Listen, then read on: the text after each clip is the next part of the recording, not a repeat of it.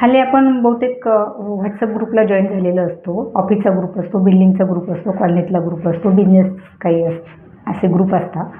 तर मला ही गोष्ट समजत नाही, घरामध्ये जर माझा वाढदिवस आहे, माझ्या नवऱ्याचा वाढदिवस, माझ्या मुलाचा वाढदिवस आहे, मग आपण त्याच्याकडं आपला फोटो द्यायचा मेंबर ग्रुप ॲडमिनकडं आणि माझा बड्डे असं सांगायचं किंवा लग्नाचा वाढदिवस आहे असं सांगायचं आणि मग दुसऱ्यांकडनं आपलं कौतुक करून घ्यायचं.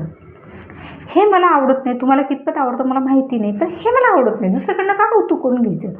आणि समजा बिल्डिंगचा आपला ग्रुप आहे आणि मग आपण ॲडमिनला तो आपला फोटो दिला, आमचा लग्नाचा वाढदिवस आहे किंवा माझा वाढदिवस आहे, नवऱ्याचा वाढदिवस आहे आणि सपोज त्या बिल्डिंगमध्ये अर्ध्या लोकांनी आपल्याला विश केलं आणि त्यांच्यापैकी काही लोकांनी विश नाही केलं, मग त्यांचा राग धरून बसायचा.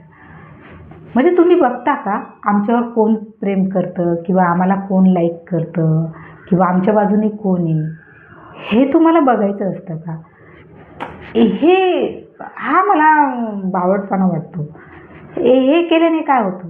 तुम्हाला लावायचं ना तुमच्या स्वतःच्या स्टेटसवर लावा आणि चुकून कोणी जरी तुमचा स्टेटस बघितला आणि त्याने तेव्हा तुम्हाला विश केलं तर त्याला तुम्ही हात जोडून थँक्स बोला. बट तुम्हीच देता आणि तुम्ही स्वतःचं कौतुक करून घेताना हात जोडता आणि कारण तुम्ही दिलेलं आहे.